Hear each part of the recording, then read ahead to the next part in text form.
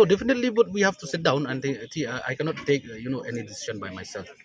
Being a PP leader at the same time as a president of the party, you have to sit down along with the MLAs and with the party worker also. That is very important.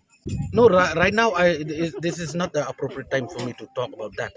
But definitely, we have to start to to prepare for the 2023. But it seems like the minds, the perception of the people, they want to see that political party like regional party they should come up. That what the But perception. you will remain with the PDF Yeah, definitely. I'm the PDF. Come on, I'm a president. Why are you asking me that kind of because a lot question? of changes happening. No. I'm a man of principle. Remember that. From my childhood till now, I'm a man of principle. When I stick something which I do for the best for myself, for my family, and for my people, that I'm stick till now. Nobody can change me that. Yeah, definitely. Some of them we had a discussion, we had a talk, but we'll see. Maybe after July. That,